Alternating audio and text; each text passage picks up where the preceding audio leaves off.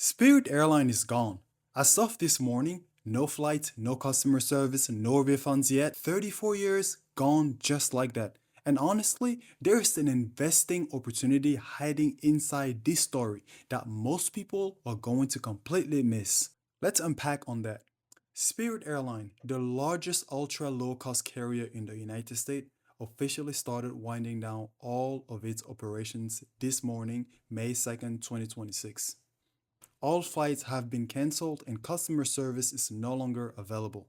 Their website simply reads, Spirit is winding down all operations. Now, let me break down to you what Chapter 11 actually means, because a lot of people hear that word and get confused. Think of Chapter 11 like this. Imagine you owe more money than you make. Instead of disappearing overnight, you go to a court and say, I need protection while I figure this out. The court says, okay, your debt are temporarily frozen while you're trying to restructure. And that's Chapter 11. It's a legal shield, not an instant shutdown. But, and this is key, Spirit filed for Chapter 11 twice in less than 2 years. They had lost more than $2.5 billion since 2020. Their restructuring plan depended on fuel at $2.24 per gallon, but the Iran war pushed it to nearly $4.60 a gallon. The math simply didn't work anymore. Chapter 11 became Chapter Done. Here's where I want to shift gears for a second. Because while this is genuinely sad for those 17,000 workers and their families, there is a strategic investing conversation we need to have. When a major airline disappears, all of its passengers have to go somewhere. Think about it. Spirit Airline was flying millions of people every year on budget across the USA, Latin America, and the Caribbean. Those customers don't stop flying, they move.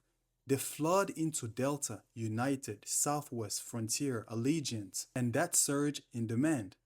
It historically pushes ticket prices up, which means more revenue for those surviving airlines, which means their stock prices tend to reflect that.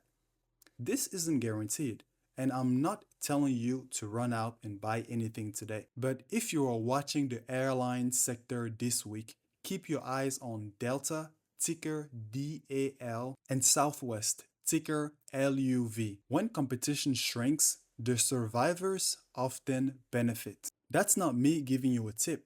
That's me teaching you how to think like an investor, connecting news events to market movements before they happen. And here's the biblical wisdom I want to leave with you today.